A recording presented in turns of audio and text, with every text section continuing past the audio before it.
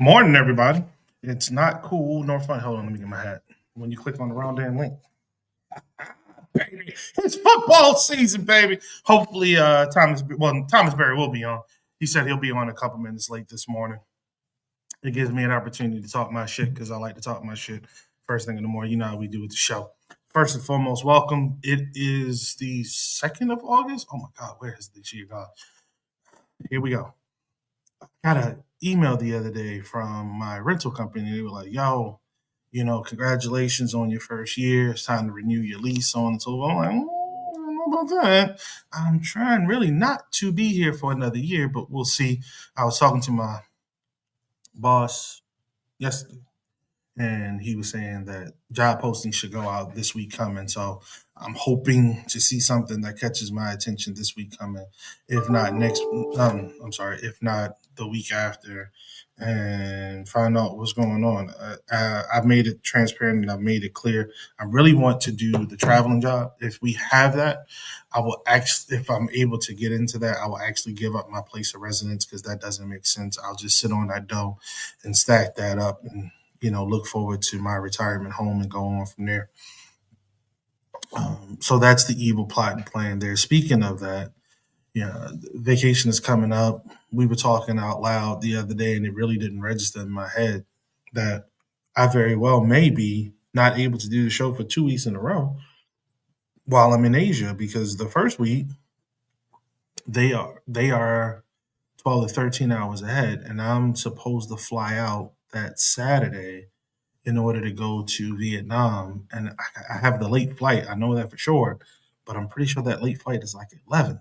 So I don't think I'm able to do the show then. And then the following Saturday, yeah, I won't. I'll be flying back. So I got to figure that one out. We'll see. We'll see.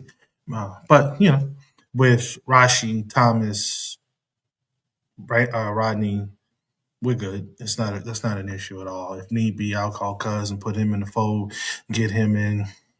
Um, but yeah, was really thinking about those things on the on this end, so that we had those things planned out and plotted. Uh, hmm. Next part of the ish. Continue with the vacation. So the vacation, I I'm doing some side hustling, trying to get some money up, making sure my dough goes as long as I wanted to go and needed to go while I'm on vacation. Plus, it gave me an opportunity to get the hell out the house. Love the home, absolutely adore it, but I'm in the middle of nowhere, y'all. And though I love it, I'm really getting used to being in the middle of nowhere. I never thought that this would be me, that this would be my life at all, but I'm settling into it. Really am. I love the peace. I love the quiet. Every now and again, I yell and scream in the house just so I'm sure that no one can really be in my business if I'm yelling and screaming in the house for whatever reason. You know what I'm saying? And it works. It really does work. But it's just me. So at the same time, it's like every now and again, I like to get out and just be amongst the peoples. It gives me enough of an opportunity to get out, see the peoples, not really have to interact with them too much, and take my ass on back home. So it's been a good look, and it's reignited the hustling. Ooh, oh my god, didn't know how much I missed it. But at the same time, yo, that shit is tiring. I called Cuz yesterday. I was like, dog, I hate being a hustler, man. Like, dude, I forgot how it was to get out here and actually have to hustle up to make some things happen. And it's funny that I had that conversation with him because a couple months ago I was having that conversation with my sister. I'm like, yo, I think you need to go back to New York. And she was like, what you mean? I was like, everything's doing well. Everything's going well. I think I sent out the wrong link. Give me a second, y'all. A couple of people hit me up on the side. I got you. Everything's going well. Everything's doing well. But what you're not doing is moving like you normally move. So I think you need to go back to New York and get that hustler back in you. That hustler, that moves you differently. That gets you on a different plane without a doubt, and it starts to ignite portions of your personality, of your soul, that could easily go away, or not go away, but could easily be uh, doused, if you will. You know, it can smolder. There you go. That's the better word I'm looking for. It can smolder. So, yeah, I think she needs to go back to New York for a little while. It's something about it that once you get the moving and shaking, your mind starts to work in different ways. And if you don't understand what I'm saying, it's okay, because it's not easy. It's not simple. It's not for the everybody. It's not for. It really isn't for everybody. It really isn't. It's a lot. It's a lot. When you going out there and you making life happen, and you moving, and you're constantly in motion, be it physically or just mentally. You're constantly in motion. That's a lot. That's a lot to take. That's a lot. Oh, look at Rashi with the new picture, her and son. Okay, that's what's up. Yeah. So, um, yeah, I love it, but I hate it. And it's not a hate like it's a hate like are you serious, son? You back to this again? But then it's like, son, I gotta have it. I miss New York. I miss it. I really do miss it. I'm going back. The plan is to go back not this week coming, but the week after, because I'll be in Baltimore, and it'll be an extended stay. I'll be there for roughly 5 days. So yeah, I got to go back to New York. Like I got to get that injection in me. Got to get it. Got to get that juice. Got to get it moving. You know, and then I'll be back again in September. Literally, like right when I come back from vacation, I go back a couple of days later, and I'm in New York for the 52nd anniversary of hip hop. Now, things are may potentially change with that, depending. I got to talk to my man, find out if everything is everything. Because if it is, then I'll go. But if not, then I'll pivot, because we had some conflicts in schedule and some things got moved around. The NAACP convention that we've been talking about forever in Minnesota, we thought was on the 19th. It's not. It's actually that same weekend. So if I need to move it, I'm fine with that. You know, my soul is fine. I'm cool. It won't kill me at all. But I would much rather be in New York. Well, I won't lie on that. That'll be a monumentous occasion. The last time I did it, it really was bananas. I was in the room with my heroes. I was in the room to the people that I'm a '70s baby. So when we used to buy albums, cassettes, a lot of us would get those things and we would read the insert, because we would read who produced it and who engineered it and who wrote it and yada yada yada. So I'm in a room with a lot of my heroes. I'm in a room with people that I've seen their names a gazillion times, but I never met them before. Never thought I would meet them in life, and here I am standing, talking, walking amongst them, and I was like, "Oh shit, this is amazing," you know. So I'm really looking forward to doing that. Last thing, before I start to slow this thing down and bring Sister Rashi in properly, I need to do some more self care, because this morning, I ain't even gonna lie to y'all. I cut my foot with my damn toenails. Now that's just ridiculous. Not that they're long, because they're not. They're just that damn sharp. I was like, what the hell did I just do? I had to check my sheets. Like, am I kicking holes in my damn sheets? And I didn't. But it was just the way I rubbed one foot up against the other foot, and that nail caught it at the right angle, and that mug went sheesh, and that was that. Then, if you can't see, I'm a pee. Pretty teethuses were like that. They were on fire. And the lady was like, "Yo, you doing great. Keep doing what you're doing. I don't see any issues. Again, 50, almost 51. I don't have any cavities. Never had, thank God. And I'm doing quite well in that journey." She did put me on task a little bit about using my toothbrush a different way, especially down here at the bottom. She was like, "You need to invert it like this." And like that, versus trying to go like that, because that's just stupid. You're not getting anything that way, young man. Do it that way and you'll be fine. I was like, okay. So I'll do that a little hell of a lot better. But that's about it. You know what I'm saying? Overall, it was a very good week. I had to drive to Alabama yesterday. I came right back, which not too bad. Um, but yeah, I'm excited as always to be here with the peoples so we can share some of this great information. We plan on talking about the jobs report that came out and the revision to such for May and June. The firing of the Department of Labor and Statistics head. She was fired just yesterday by Donald Trump.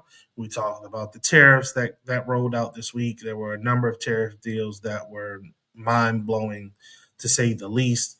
Uh, we will not get into every country that was named in the appendix, but some stuck out, and I wrote some down for the 35, 39, 40, and 25 percentile range.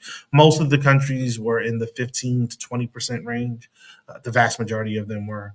But these others really stuck out, and just wanted to dive into that a little bit if you all allow us to indulge in that. Uh, in, in, in general, though, nothing really earth shattering hit my radar this week, but the continuance of the conversation of our needs, of what we need to do to address. Wow, isn't that crazy? The name of the show right there. Right? I weave that in. I didn't intend for that to be, but what we need to address these next couple of years. I mean, looking at Texas and the uh, the state legislature down there trying to redistrict the entire state, and that's not just for Trump. Let's be clear on that. That's because more Californians are moving to the state of Texas. and they bring a more liberal view. So they're trying to control the state, not just for the president Karen, but they're trying to control the state for themselves, period. And these are the things that we need to keep on our radar. We can't allow things like that just to slip by and slide by, and then later on, as national elections occur, we're like, well, how the hell that happened? Because of that thing. You don't take your eye off the ball, and all politics are local. So let's start at the local level That's first. right. That's So right. somebody asked me. I'm bring you in 30 seconds. So someone asked me, long ago. It's like, yo, do you know whom the president of your voting precinct is? I was like, well, shit, they got them. Let me do some research. I had to figure that out. But you don't think about that when you get that damn ballot, right? It says precinct number, whatever, letter, whatever. Who who's in charge of that precinct? Because there is a person in charge of that precinct. So those are the things. How you doing, sister? What's going on with you? Back? You back? I wasn't vying to get in. I was just trying to confirm your statements. You didn't have to. No, you No, no, good. no, no. I wasn't vying to cut you off. You please You go no, ahead. you good. I didn't take it that way. Are you Oh, back in them okay. trenches? Are you back Yeah. in Hey, them man, they trenches? dragged that black dude. His ankles was real ashy in that video. It was real sad. They lifted him up like that, and if he'd known, I think he would have wore his black socks. Cause I don't think he put no socks on. Mister Isaiah didn't that day. And when they Mm, picked him up out of that gerrymandering meeting that he busted up and tried to act a folio in, mm, and they lifted up his poor little suit, and his ashy ankles looked like a white man was wearing. Anyway, that was. I'm sorry. But more, but this is a 27-year-old man who's trying to tell, hey, these youngins, they tells, Lee, old right. heads keep them secrets, but these young babies with these afros and coming through, they tells, these youngins, they tell him. And so what he told was about the absolute gerrymandering behavior going down in his area. He's saying this is what, and I didn't even know what gerrymandering was until, who was that? Was it Cory Booker? Mm-hmm. Where they gerrymandered around his house like in a block? Was it Cory Booker? Was that Lee? It It's was happened either so much. I'm Cory not exactly Booker. sure It who was it was. either Cory Booker. It was somebody whose seat was removed by them redrawing the district 2 blocks around his house so that Mm, he was no longer a part of the district that he was in. He became, it was surgical. Okay. And mm, so that's something like what's happening here in Kansas City. They're trying to, and I want to be mad, but the person they trying to gerrymander out is 1,000 years old. So now I'm stuck with this double-edged sword of yes, we are ready for new political representation. No, we don't want it through gerrymandering, right? Right. So, Right. um, when you tell, it's hard to tell people, well, how did they draw the line? Who's drawing the line? Who designates this is in this district and this ain't? How do we get to know those people so that they can pencil? I call it pencil whipping, because somebody has to draw the line on the map, right? Mm-hmm. Somebody got to come with the ruler and say, no, it used to go like this. Now it go like this. Like, I mean, right. because I'm a simple woman now, but that's how it go, right? Okay, so if you're gonna pencil whip us to what you were saying earlier, who's the dude with the pencil? Who is redrawing these lines so that people should, because what they say is, how do you gain political power? How Rodney been telling us how to gain political power, and Barry at this point is you and your like-minded cohorts within a community. You don't Mm-hmm. try to get a mayor in your town uh put up by going to the next town, oh, to the next city over. Your mayor should consist of someone from your area. So Mm-hmm. you and your like-minded neighbors, and how far we go for neighbor, that's the actual argument right here for real. How far we going to call somebody a neighbor? Y'all neighbors agree that there are needs that have to be met within a regional area, right? Mm-hmm. And so we get together and we say, this dude is going to go up there, and when he come back, we'll be able to build a new road, build a new hospital. We'll be able to offset some debt for some state shit that we got going on. I don't know what that. I'm not that smart, so I anyway. So, but Whatever. when you get through sending your dude or your lady friend up there, they come back after networking with people who agree that it is in their best interest to invest in your state for whatever reason. Mm-hmm. Tourism, you the bread basket, investor, they gonna release the videos of you on the Lolita On, Express, right? on the island. On the island, right? You bet. So for whatever reason, Biotech. okay, for whatever reason, they invest in your state. And so that Mm-hmm. person comes back with that money or that influence or that connection, and they say, this is going to how it's going to work for us. Yeah, I mean, come on. So at what point are you no longer talking to those people? How is somebody able to unseat you so easily just by redrawing some lines on some blocks that now you no longer have power with with your neighbors, Well, with the priority people you shift. still neighbors? So priority shift. So yeah, um, you and I may be together in lockstep now. 5 years from now, 6 years from now, as I get comfortable in seat, let's just say you're the donor, as I get comfortable in seat and other people start nibbling in my ear, you're not my main squeeze anymore. Now somebody else is like, hey, well, I can give you 10 million more if you do XYZ for me. Well, XYZ for them could be in contention to what this other person is trying to do, or competition to what this other person is trying to do, your original donor. And you're like, well, hell, well, dog, but that's 10 million more I can get over here. I mean, I respect you and I like you, but if you can come to the table with 10 mil, then we can have a discussion. If not, then I'm going this way. Because remember, we live in a capitalistic society. So then that happens and it grows and grows and grows and grows. And you have micro things like that, and macro things like that. And those fissures grow over time. And then, boom, there you go.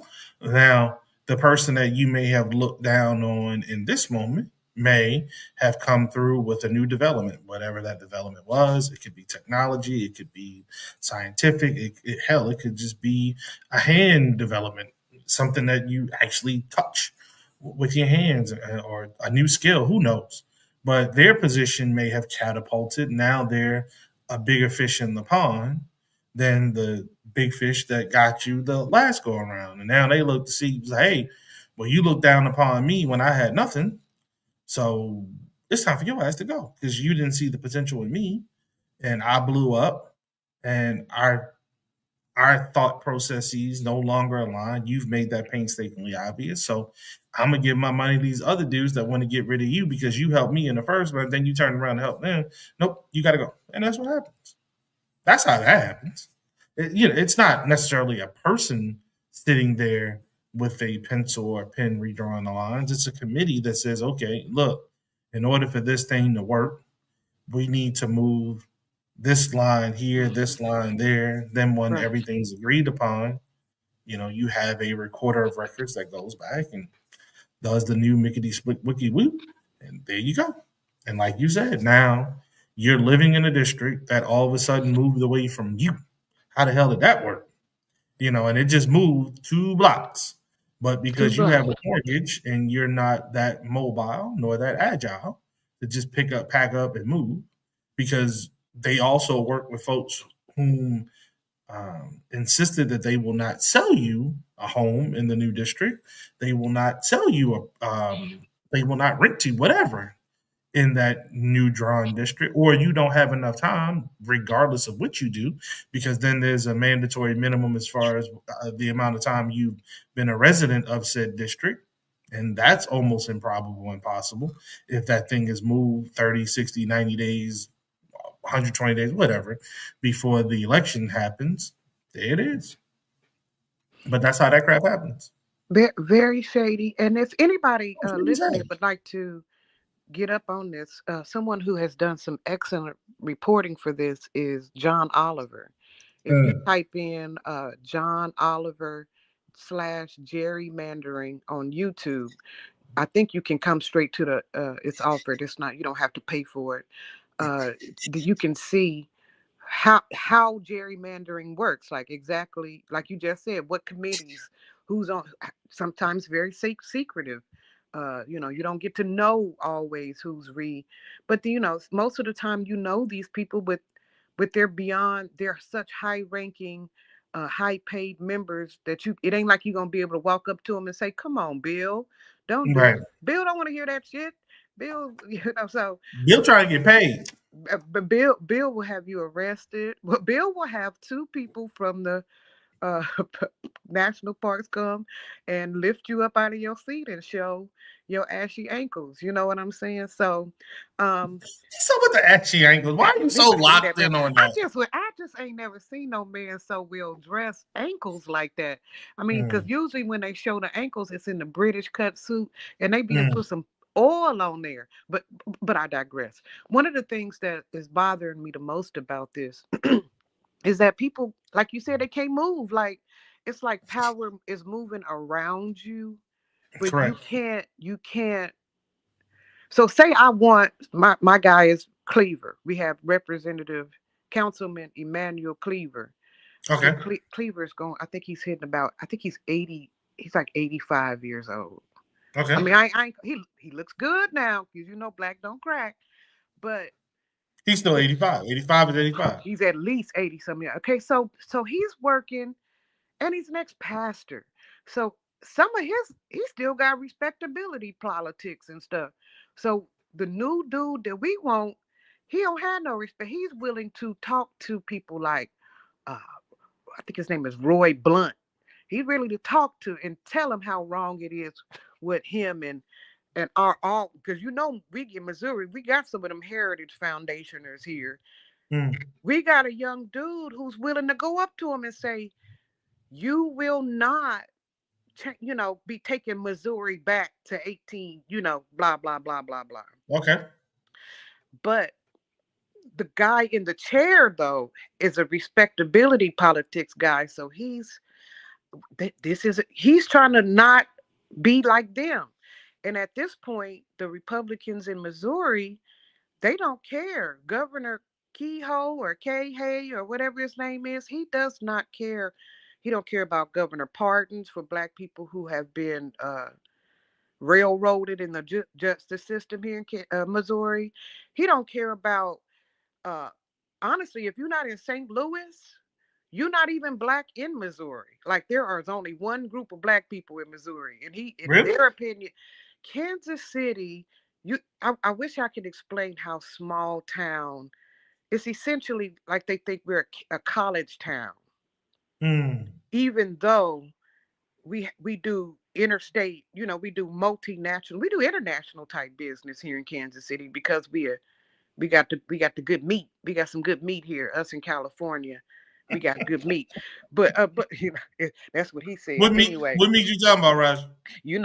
that's not what she said. Okay, that's not what she said. So, but what I'm trying to explain to you is we are actively on the two sides of this state, Missouri, doing our best for it not to revert to like Kansas type behavior or uh Indiana. Oh God, Indiana type behavior, or you know what I'm talking about, where the needs of the entire state are not getting addressed because there's nobody with gumption willing to talk to the people with power in our state, and they are the people with the money, and Okay. tell them, no, you cannot redistrict us. You cannot redistrict us because you saw that some of us got a little money and we moved, we concentrated somewhere, and now we need somebody white over that so that we can stop.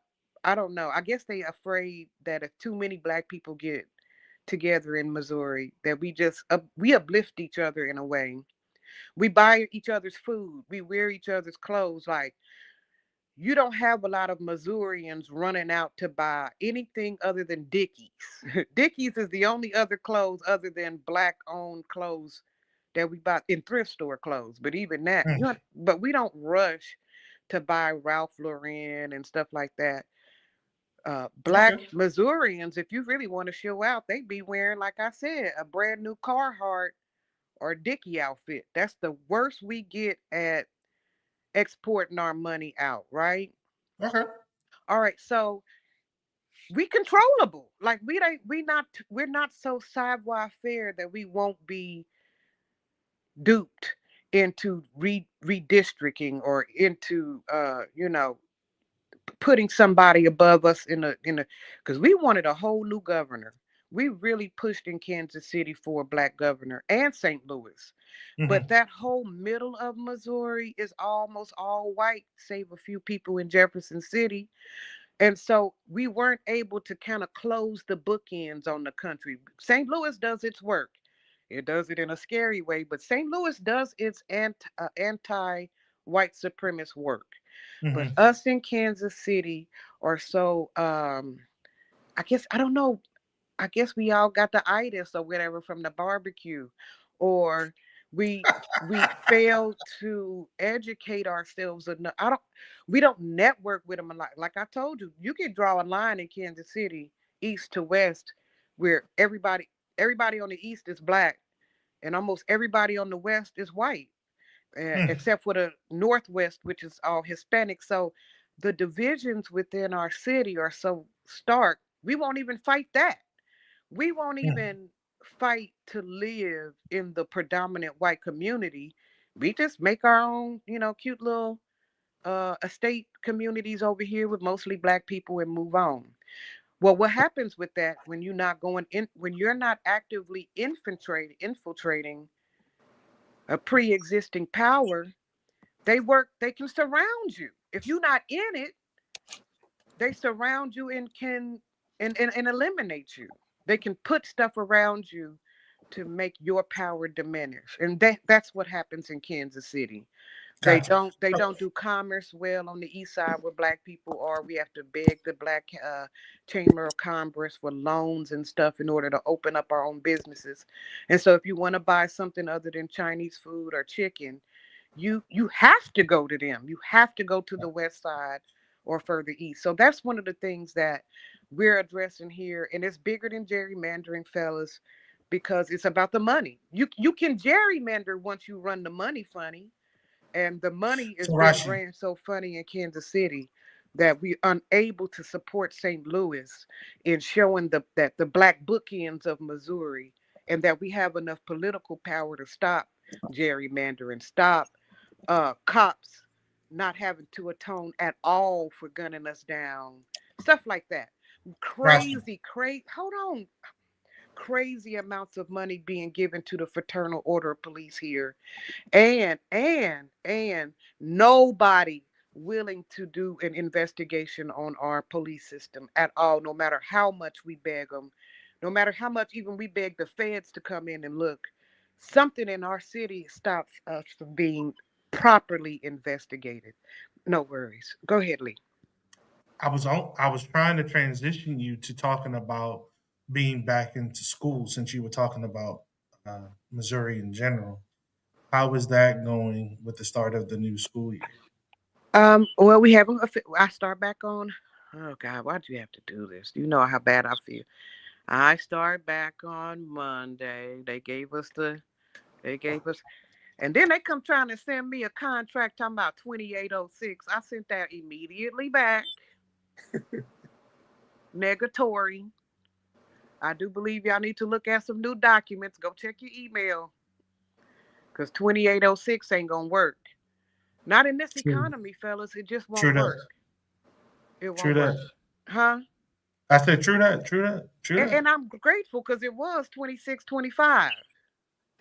So they tried to get cute, but they didn't get cute enough, baby. They're going to have to put a whole nother tens. I'm going to have to teach them their tens place markers because it's, hey, quit playing. And why? Because apparently I'm about to buy school supplies because they said they not buying that shit. Mm. Apparently, I'm finna have to buy at least 2,000 pencils because I started out last year with 1,000 pencils. 1,000 pencils. I know you like, where the hell? Because I go to the thrift store. And I had, no, you think I'm being funny, Lee? How the Brother. hell you get pencils from the thrift store? Because teachers quit every day. They don't want to see that shit. They throw their stuff in a bin and the big thrift store take it. Anyway, I had a Okay. thousand pencils. Some of them I stole from previous schools. We're not going to go there. Shh. Anyway, by Christmas, Oh, ask me shit. how many pencils I had when I came back from Christmas break. Zero. Zero. I I, and from winter break until the end of the year, I had one statement. I said, "Oh, I'm so sorry. I started out with 1,000 pencils. That's my yearly max." so, Rashi, I have a question. Have you caught kids pencil? Are kids still pencil fighting in school? They do. They break them up. I take the little pieces and sharpen them, and I put them right there in the box.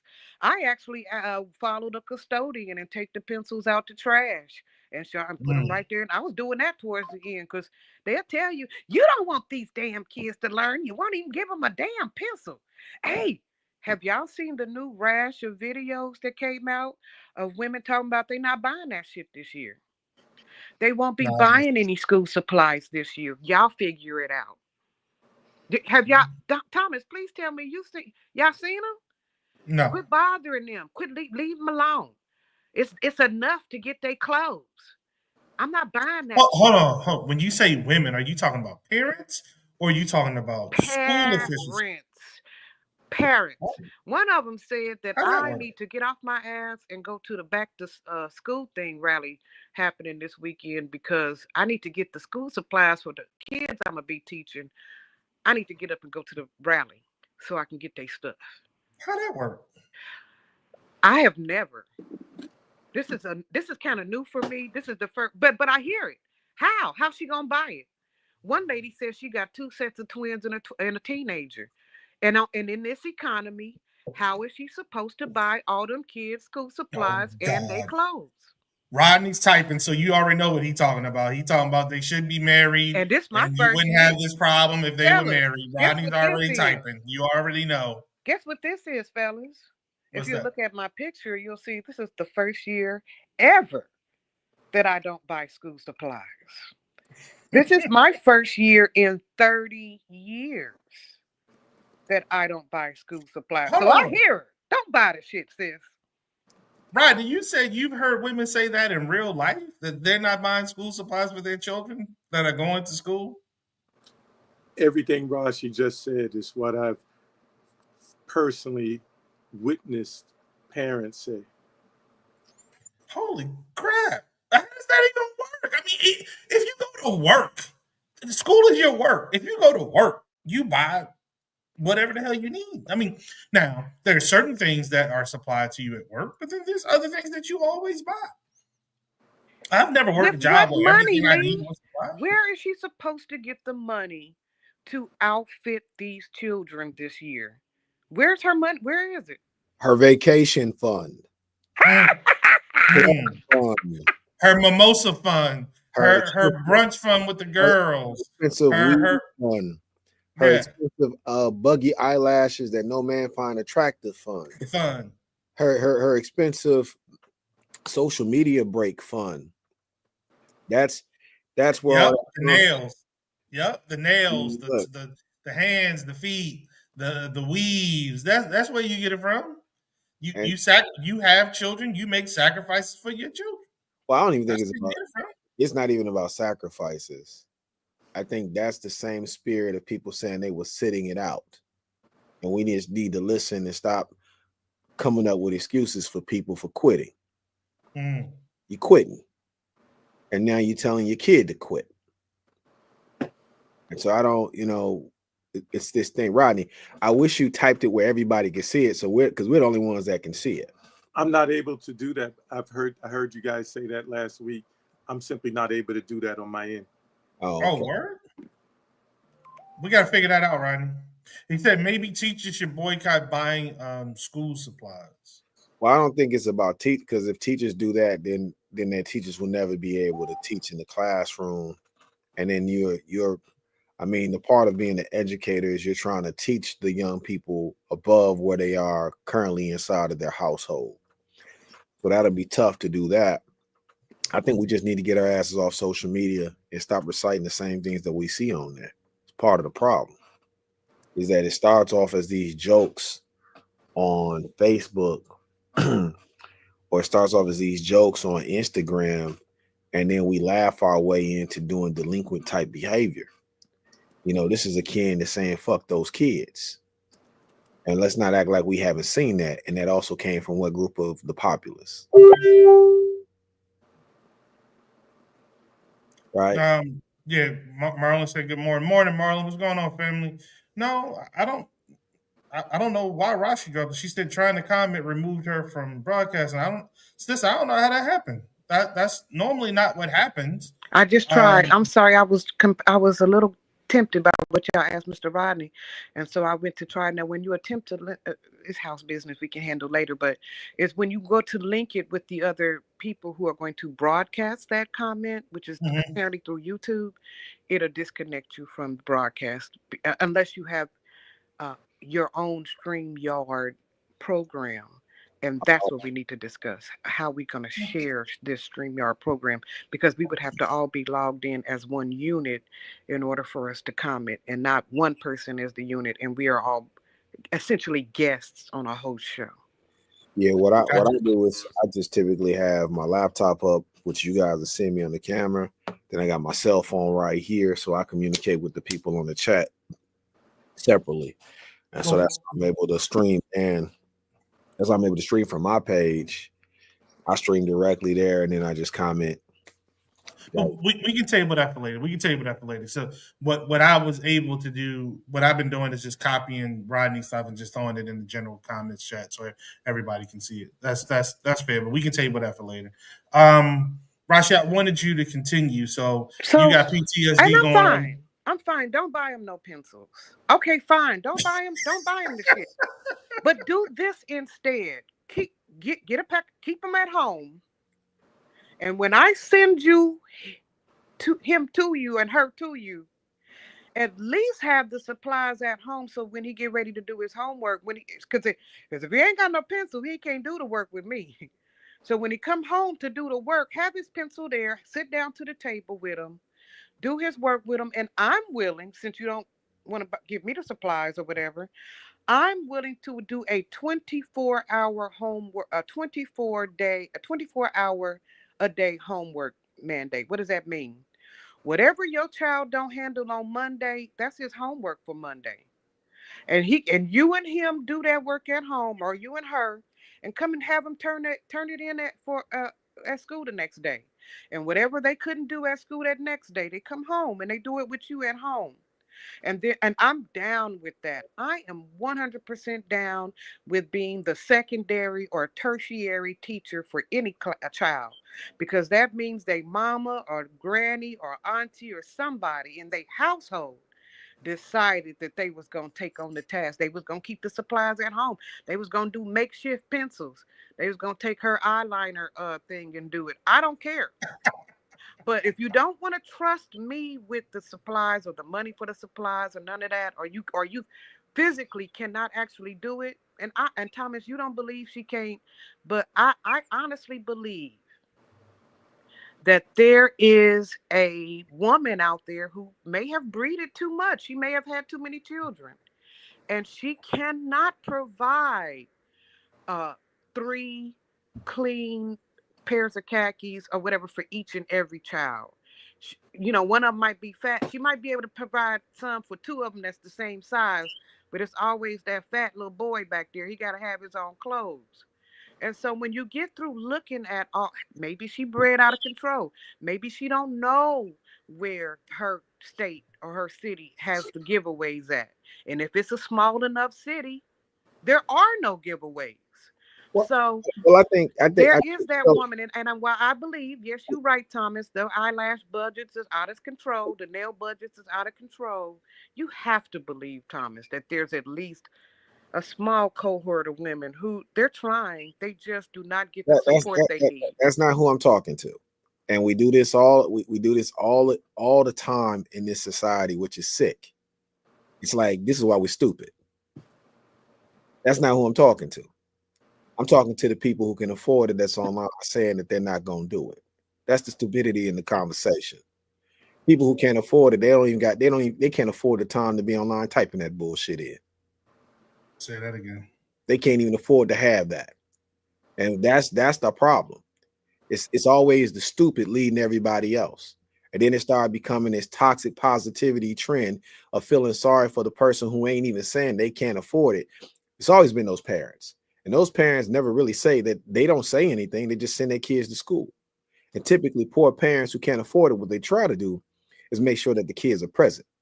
Yep. And clean. Dirty, or don't have, is dingy or whatever the case may be. They're going to try to wash it by hand, and they're trying to upward mobility.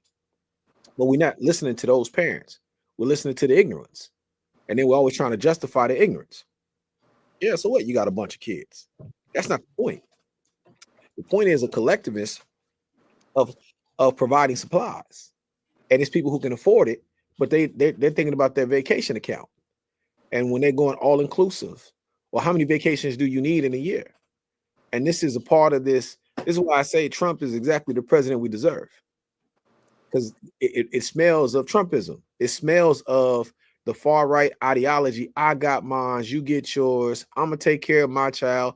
F those other kids. But that's probably the same person typing that was probably the same kid that came from the parent that had too many kids that somebody else was providing them school supplies.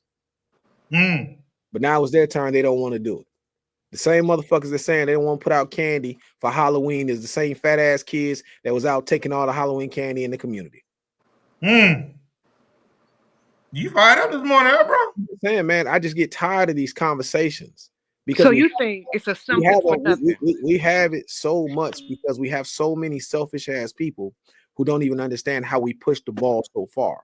It's sacrifice. You're looking out for somebody else. Now, don't get me wrong. I've looked at those lists with 3 children.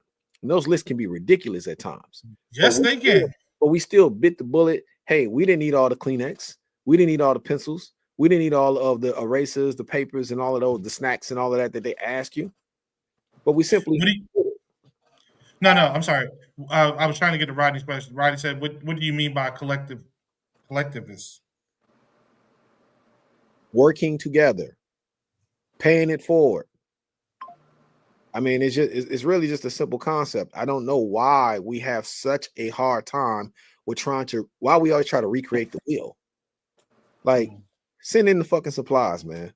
And I'm saying this for educators who don't really get paid a lot of money, that take at least $10,000 of their underpaid salary to provide these things for your snotty nose ass kid to begin with. And then you're sitting around taking all the vacations, not wanting to do the homework. And then you're telling somebody else what you're not going to do. Hold on. Let me jump in for half a second. So not only that, but you door dashing 2-3 times a week to your house. You ain't doing it as a side hustle to get some extra cash. You door dashing to your house 2-3 times a week.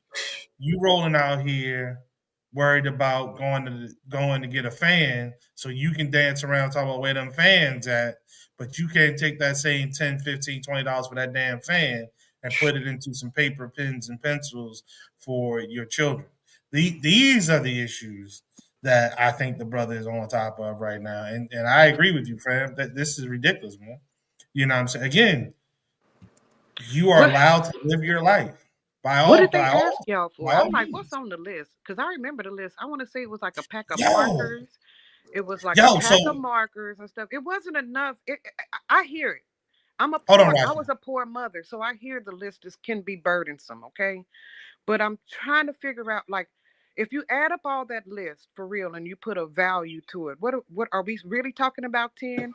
Are we talking about 30? Are we talking about with the school uniforms? Okay, school uniform, at least two of them, maybe three, a brand new pair of shoes, right? Am I tripping? And backpack, the supplies in the backpack, the haircuts or the braid jobs or the whatever has to happen to the child's hair. And that's times multiple, whatever how many children there are. We're not talking pennies, fellas. So I'm worried mostly that we're asking people, we're assuming something that is not, it's not true. Not only that, but what happened? Don't the church look? Okay, fine. I'm a mama who ain't buy. I ain't No, buying that shit. don't Don't ask the the church church. supposed to No, help no, me? no, you don't belong to the church. You belong to the club. See, this is what what I keep talking about. You don't belong to the church. You belong to the weed man. Why won't the weed man help you? Why won't the liquor store help you? Why won't the club? Oh, don't Why, talk why, about the liquor why store won't now. the places where you put your money at? Why won't they help you? Like at some point, man, I get it. The people who can't do it is not aimed at the people who can't do it. And I feel like every time we have the conversation, we always start with the people who can't afford it. And it's like, that's the reason why we're donating for the people who can't afford it. So we're not talking to them. We're We talking about talking about I can, but I won't. that's who we're talking about. So how did and this is why I say we're so stupid as a society because we always mix in the people who can't that we know who can't. We know that whole list is for the people who can't put it in. That's one thing. That's not who we're talking to. We're talking about the people who can do it and they refuse to do it. And we always complicate simple conversations. We know who's saying this shit online. It's the people with the $2,000 weave. So don't tell me the person with a $2,000 weave can't do it. And then we add them in with the mom with 5 kids. That's not the one who's saying it. It's the one with 2 kids with a $2,000 weave, a car note that she really can't afford or shouldn't even have, right? And she can't afford it. She can't afford it. And we don't never talk to those people because in our society, all we're saying is get an education, get a good job, fake it till you make it, look like you're successful, do what you think the white folks do. That's all you need to do and fuck everybody else. Those are the people who's leading the conversation. So we keep on talking about the pennies. No, these people waste money all the time. Just look at their Instagram accounts, look at their Facebook accounts, look and see what they do every weekend. Do you know how much it costs for a private booth at a club? And them Every drinks week, cost, boy. bottles Jesus of liquor Christ. at the club every Yeah. week. Addictions do cost. So you're gonna tell me you can spend $200 at a bottle of club, and now you're online complaining about what? Or the dude that you're sleeping with can afford that, and you're online complaining about what?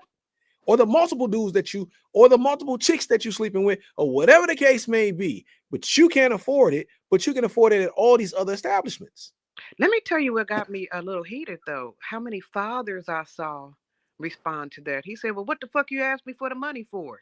If you if you ain't gonna buy the shit, why am I sending you the school kids school money if you ain't gonna buy the shit?"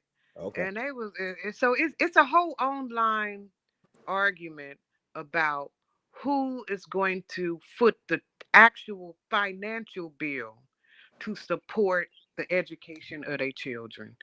And I'm like, all this is cool, but it's not as important as who gonna do their homework with them, Well, I who mean, gonna talk to them before they leave out the house and give them that good message, who's going to show up for them when they see Marashi, that they 2 and more grades Marashi, behind reading. Marashi, if your scholar does not have the tools to do the work, it's going to mess with the scholar's confidence in getting the work done.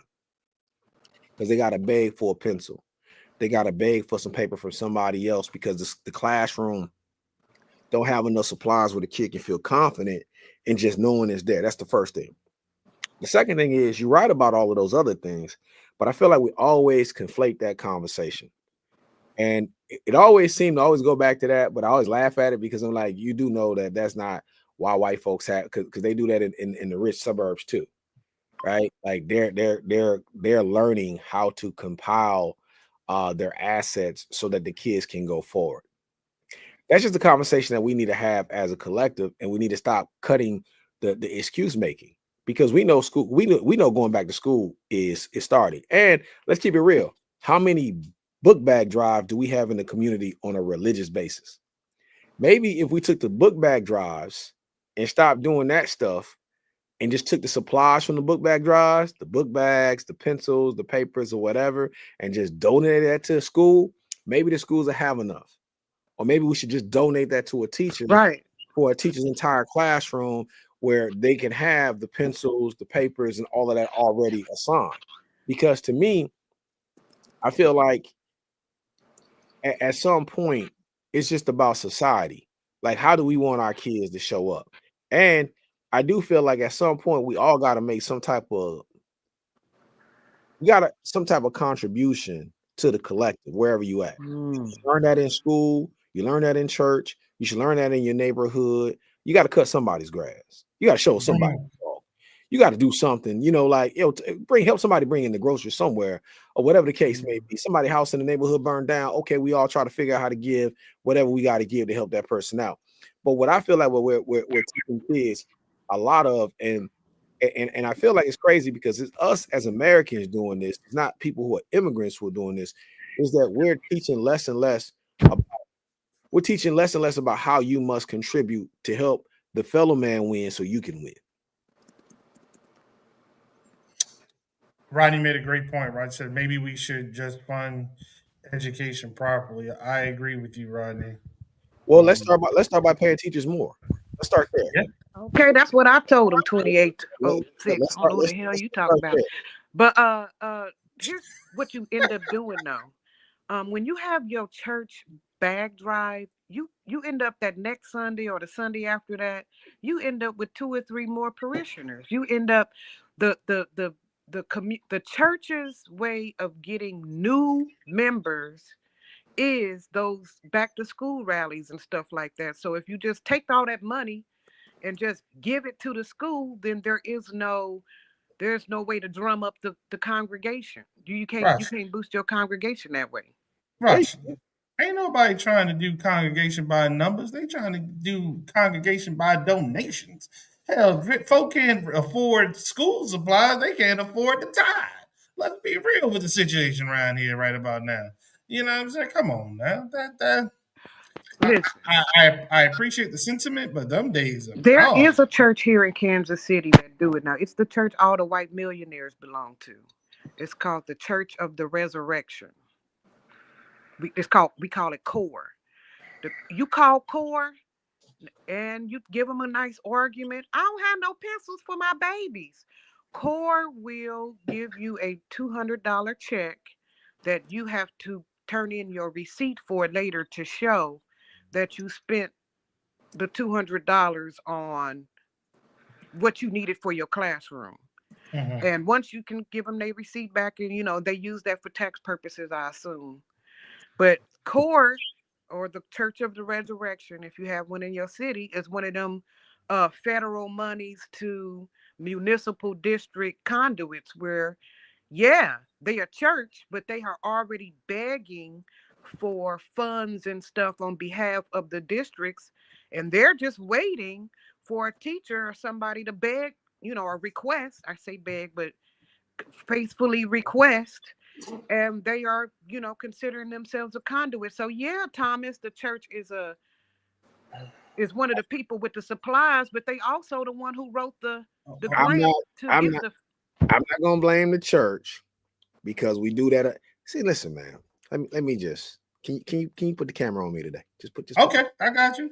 You Look want 'em it? up. You want it? I'm gonna give it to you. Here you go. here. That's all you, bro. Listen, black folks, y'all complain about the black church. Many of y'all don't even belong to a black church. Many of y'all don't pay tithes, and you always want the church to solve your problems. Remember, you don't even believe in the Bible to begin with. So why blame the church? Why not blame the people you're paying your taxes to? As Rodney stated, yeah, why not pay the schools or fund them properly? That's very true.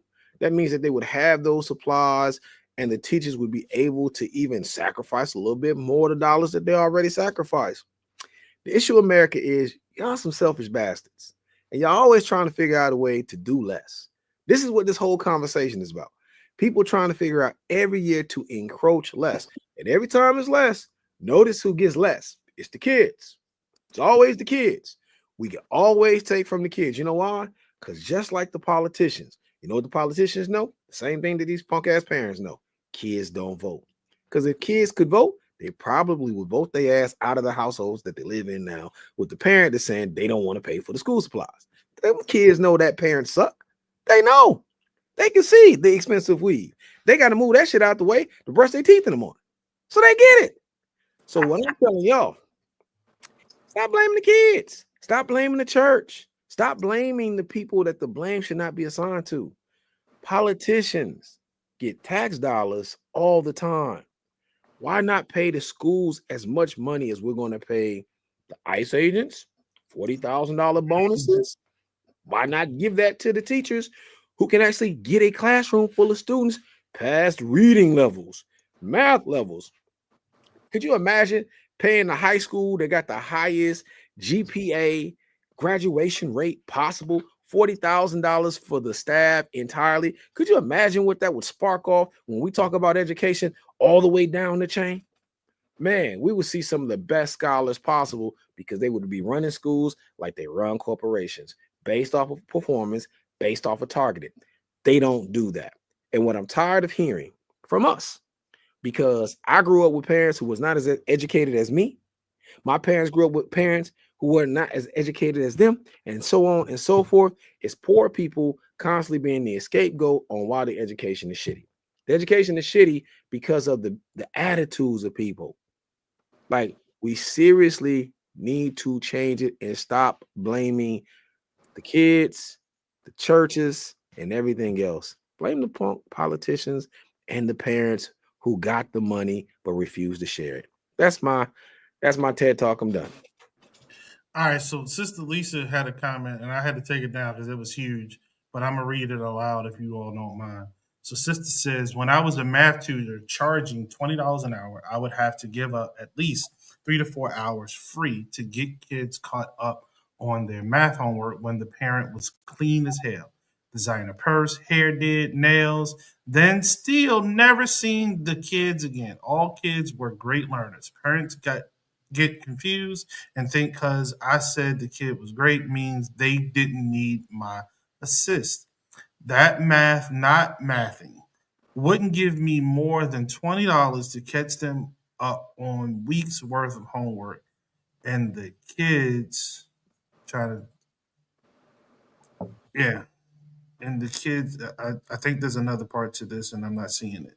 I think I can see Or that. she just stopped, or she just stopped one of the two. So, Oh no, and she yeah, said, and let's see. They said, and the kids, right? yeah, All right. Mm-mm-mm-mm. it's okay. And the kids learn Um, foundational stuff you have to know to move forward. If I donate time, free hours the same day, I care. But get off your phone. We can hear you. Learn it too so you can help next time. And school supplies. That's essential and a message to teachers. They matter or they won't. And Rodney, you made a very good point about the dysfunction in the educational system in America. It definitely does keep us fighting amongst things that prevent us from galvanizing and pushing against the system itself, because the system is what's really broken. And well, it's not true. The system is designed to be broken so that we can constantly fight as we are crabs in the barrel amongst ourselves versus fighting against the actual folks whom are puppeteers to the system and keeping us at a dysfunctionary level as they do. But Lee, imagine having two parties, and you put out a study that says, well, with one party, if people are educated, they won't vote for that party at all. Correct. Then you let that party get in charge, and you wonder why the education is going the way that it is. The data says if people are well educated, understand civics, got good comprehension skills, they won't support that party. So there's no accident that Linda McMahon is now over education in the country, because guess what party that would be? Oh, wait a minute, time out. The same party who got the same president who said that party was stupid as hell, that if he killed somebody, that party would still vote him in anyway. I mean, he would run for president as a member of that party, because that's the only way he would have an opportunity to win. So I dig it. Because he said they stupid, right? Now just imagine that's what he said. If he's saying that they're stupid, and we want to bring this back to education, then there is a goal by one party at least to miseducate, undereducate the populace as much as possible. The data says it. Their policies say it. It's just on people to understand. No different than voting. No different than voting. When somebody black online say, I'm not voting, it ain't worth the vote, bump voting, and then we start seeing these turnouts, and then we start complaining about those things, not really understanding your vote is popular and your vote is needed. How we know? We just saw Elon Musk pump a lot of money into an election inside of Wisconsin, doing what? Buying people's votes. So why would you think that black man, black woman, that your vote does not matter when they are willing to buy votes? Now, you can't tell me something don't matter if they're willing to spend money on it. They're pumping billions of dollars into these elections. White people are not sitting back saying voting don't matter. It's our community. We started off the show, Rashi and I, talking about the gerrymandering and the redistricting in Texas, because to your point, Brother Barry, it does matter. I'll let Rodney close out this segment as we transition into the remainder of the show, because we're less than an hour in. Well, I'm sorry, we have less than an hour at this point. Rodney, what you got to say? Well, the young lady just posted misinformed, and it reminded me of Dr. Carter G. Woodson's book. Brother, that's the brother. Marlon's brother. That's brother. Oh, excuse me. Well, see, I'm not able to really see stuff on my end. It's okay. So, but anyway, Dr. Carter G. Woodson wrote the book, The Miseducation of the Negro. And someone said misinformed. A lot of this is about the legacy of allowing misinformation to rule the day. And as long as we are down here as educators, parents, and citizens debating on whether the teacher, the parent, or who should pay for what, totally missing the issue, because that is not the issue. Now, Brother Barry hit on the voting part. That's a part of the issue, but let's understand the setup. The setup. The setup is to keep those who do not have with less, so that you fight over the crumbs. And they throw you crumbs. If you look at the current political system, it's to take away from everybody, which means those who don't have will hurt the most, whether it's healthcare, education. How about food? Something I know a little something about. Make the prices so high that you can barely afford it. So now you have to depend on people like Brother Barry to get you food. And it puts an inordinate amount of power in the hands of other people. And it takes the power away from us. And then we have a system of beggars, because we beg for school supplies, we beg for health, we beg for transportation. We just go begging, and it's a rich country. In a nutshell, doing what we're doing will only mean we'll be doing more of what we're doing. Teachers initially started out with donating a little bit. And I say donating because that means freely given. Now it's an expectation for them to do it. And what I would tell the teachers to do, if I was in a position to do so or suggest to them, I say, regardless of the social economics of it, teachers should stop doing it. They should stop giving their hard earned money to provide for education that is supposed to be free. But they also need to vote that same thing. So I agree with Brother Barry about the voting and the activism, but let's face it, the two-party system is like having two plantations. You go to this plantation, and when it doesn't serve you, you have to go to the same plantation that you left previously that wasn't serving you. Or the second plantation is just so horrible that you stick with the plant, you stay on the plantation that you're on, even though it doesn't give you what you need because the other one is so horrible. So is that really a choice? Anytime we start talking about parties being a part of the answer, it's a part of the problem. And if we really want to fix these things, yes, people need to vote, but they need to be educated, informed voters. And that is dependent on the people who are educated and informed voters to ensure that those who aren't educated and informed, that there is a system in place to train them to be educated and informed, even if that means some people of the current age, you have to let them go to put the resources in those coming up to ensure that they do better than us adults. At some point, you have to call King's X and change directions, or you're forced. So instead of teachers maybe donating pencils, they're donating pencils and glue this year.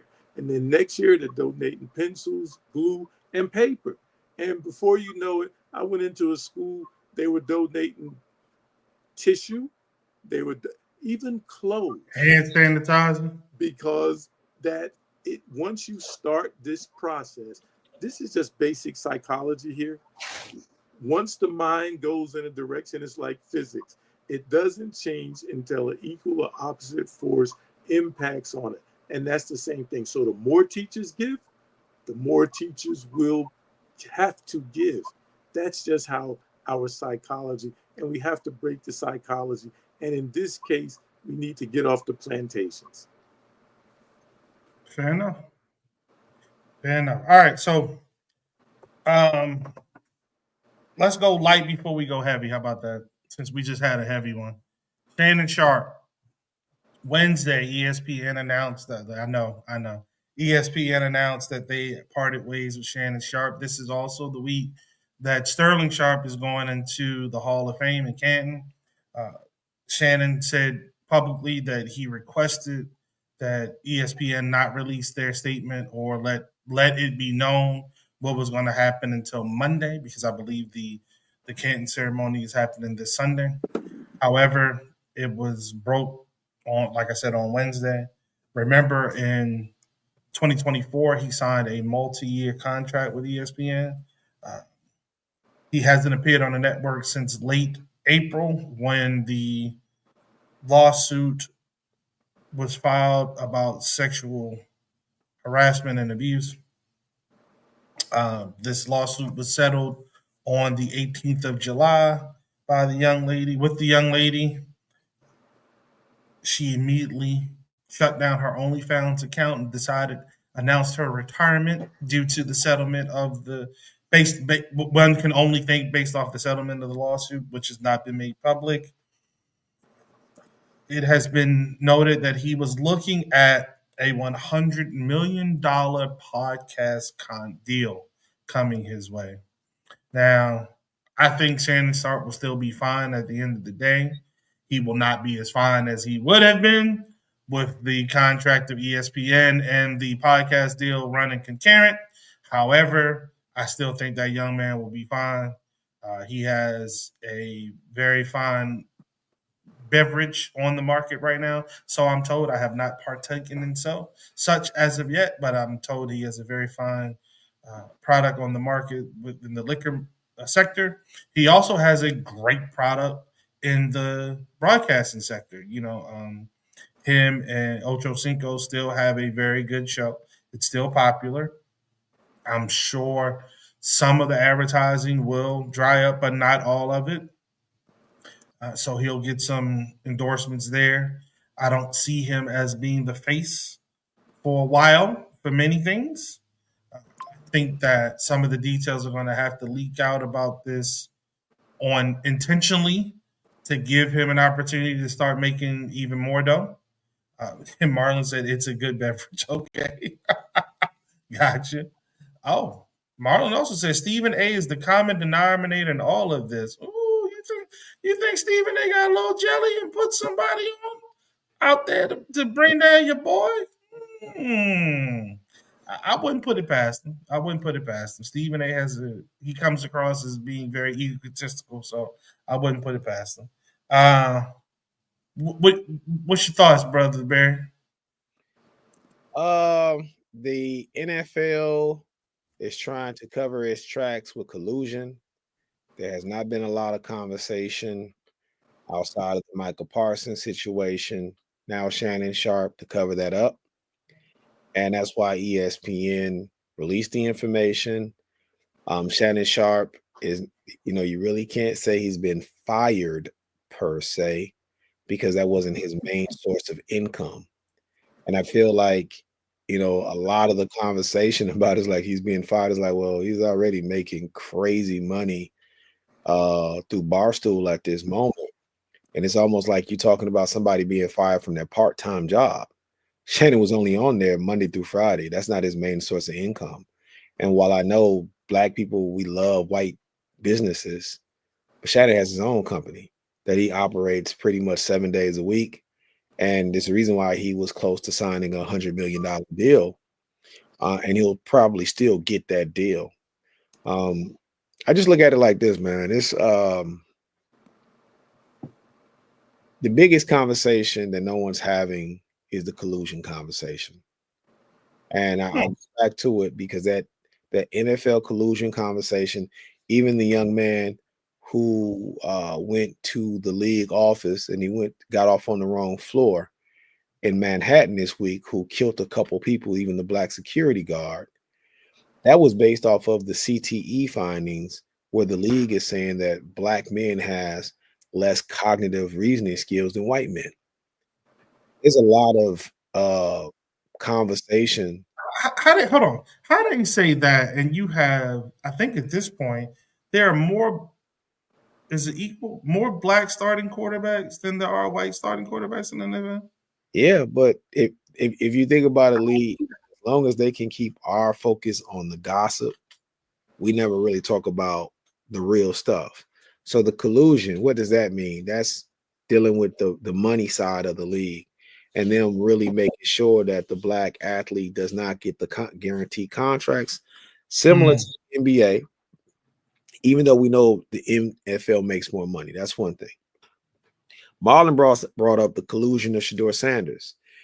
That's another second thing, because now it shows that they're willing to take on certain players based off of them wanting to pay back Deion Sanders at a time. And that story can't come out, especially at the same week that it came out that Deion Sanders just, won his battle with cancer. Yeah. Imagine having this league, right, with all Black players colluding against this man, his son, because of him. And he's a Hall of Famer during the same week of the Hall of Fame game, right?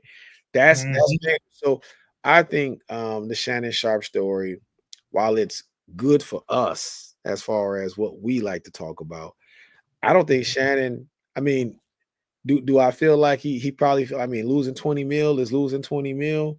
But as I just saw somewhere on some network where they were talking about the happiness reader between 10 mil and 100 mil is that people's life is no happier because you get like the problems are worse, right? Who cares? I mean, like dude's living a comfortable life. Yeah, true that. And so that's how I take that situation. Yeah. Rashi, what are your thoughts? This young lady says that what she said settles the lawsuit. What do you think? You think it was a shakedown? You think it was real? You think Did you say Uncle Rashi or Rodney? Uncle be okay? Rashi. You think Uncle You will be know okay? what? I've been checking out because Thomas will say that black men are actually quite critical of each other, but I never really get to see spaces of black men correcting each other's behavior. Like, I don't, they don't show it a lot, and I don't see it I'm sure it happens. I know it happens, but there's no, even on like Joe Budden and stuff like that, they discuss something, but they don't critically address each other saying, see, what happened right there is when you said blah, that was wrong, you should have. It's more like, man, I don't feel like that. You can feel like that if you want to, but so now what I have seen more of with Shannon Sharp is men saying you were wrong. First of all, they said that she was too young for him. She was a little girl in the eyes of a man, of a 60-year-old man. That is He something. ain't 60. I'm sorry, how old is he? Well, she's still too old. She's still too young for him. Yeah. Okay, I'm sorry. And then that there was something quite strange in the nature of their relationship. That's he was attempting, I'm thinking, to turn her into like his white girl slave. Like he was trying to the What? conversation was about him choking her and her and him dominating her. Like it was something unsavory. It wasn't just come bend over, okay? But He there, was like, huh? I don't know. I don't even want to. He was like, and then the last piece, of course, is from, his peers telling them, listen, we've seen this before. We have seen other black men get railroaded with this phenomena before, and we want to make sure that you not finna get you ain't next, right? So we saw publicly people say, hey, you can be next. And we saw him watch other men go down, but no, I didn't see any man say to Shannon, even Ocho Cinco, say, hey, um if you're going to play this game, she has to sign so no. that Don't if play the she do game. say something, she go to jail, not you. Don't play the no. Don't play the game. First off, true That's that. the first thing. The second thing is this ain't his first time. This ain't his second time. It's his third time. That's why people ain't really saying nothing in his defense, because he's gotten terminated too many times because of similar situations with white women. That's why nobody's saying anything. When were the other two times? Help me understand. I don't remember. One time he got terminated from CBS, and maybe it was CBS and Showtime. I could be conflating them as both, but Okay. it's a third suit. That's why they just said that he cannot destroy the videos from this particular, because there's another lawsuit coming from another allegation regarding him and probably another white woman. She the one I saw was she black. She Oh, black. She's a black lady, and she was saying pretty much the same thing, that he don't just like for you to bend over. He like to choke you and punch you upside your head and pull your weave off in the back and call you a dirty something, and then then that's the end of the play. but but There's but I would say this though about, and the But reason, some people like that. and they do, and she was getting paid, and she was getting paid for that. And so for me, I try not to take what people do behind the scenes in their own personal lives, because it's not me. Like what other people do in the bedroom, your kinks, your likes, or whatever, I try not to get off into that, because everybody ain't just doing doing it horizontal. But with that being said, I want to say this, because I feel like what people miss out with Shannon, and I feel like what I've heard from my son's friends who are in the NFL, this case highlights why the young players don't respect him. Because to them, it's like she's our age. Here you go criticizing us about our personal life. You're not even talking about play on the field. You're talking about what we're doing in our personal life. Here your old ass is down here playing on the same playground we playing in. But you sit on your show and you got the nerve to talk about us 24/7. You gossiping. And now you in the middle of the gossip. And they are looking at him to say this is why they stopped fooling with him.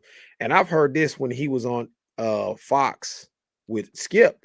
some of the young players that my son know, like, they would be on the call, and they'll be like, hey, Pops, come in the room, and they'll just start telling me like, yeah, we really don't fool with Shannon. A lot of them stop calling him Unc because they kind of heard things going on in the background, but also his critique of them, over critique of them, where some of them feel like it's personal. And so I say this, as older Black men in general, I'm not messing around in the same pool as my sons. Say that again. Once you, Say that again. there's some things that you got to kind of like psychologically get onto as a man. Oh, she's 27. Oh, she's my son's peer. Well, that's somebody my son could be dating. If I bring her home, what am I doing? Now, this is a different time. Now, if I was just in here trying to have conquest to have more children, whatever the case may be, I can see it. But I wouldn't, all of those situations where I see older men dealing with super younger women, they always end up being some type of scandal, i.e. Diddy, right? i.e. Diddy, i.e. Bill Belichick. And look at what he's going through with his young girlfriend out there in Carolina, and how they're saying they don't even want her at the games at the school. But look at what her age is, Lee. She's right around the same age as the young man he's going to be coaching. It's the players. Yep. Absolutely. I can see that as a distraction.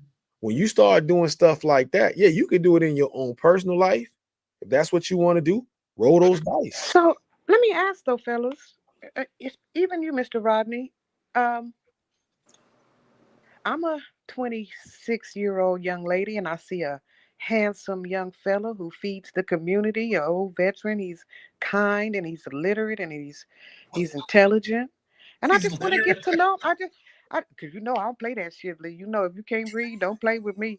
Anyway, uh, so I just want to get to know you, Mr. Rodney. What's wrong? What's wrong with my 24-year-old self coming to Hell no. every gathering for the rest of the year and asking you if you'd like to go out for a couple of drinks, Mr. Rodney, or Hell no. to go Hell out to no to the dinner a couple drinks. of times? I just want to get to know you. I find you to be a very interesting, complex gentleman. Set And up. and I'm not like my other peers, Mr. Rodney. I'm not like other 24-year-old girls. And I prefer to surround myself with learned, sophisticated men. Can I get some of your time? And then if no, what are you telling her? Because she's right in your face and she's complimenting you. And she got them titties hiked up to her chin. And she smells so good. She smells so good. But you didn't ask her nothing. She saw a seasoned, mature veteran. You know how it is, Lee, when you're out there in your suit and you're not looking all bloated or whatever, and slide on up on you. And she just want to spend a little, she just want to chit chat with you, Thomas, right?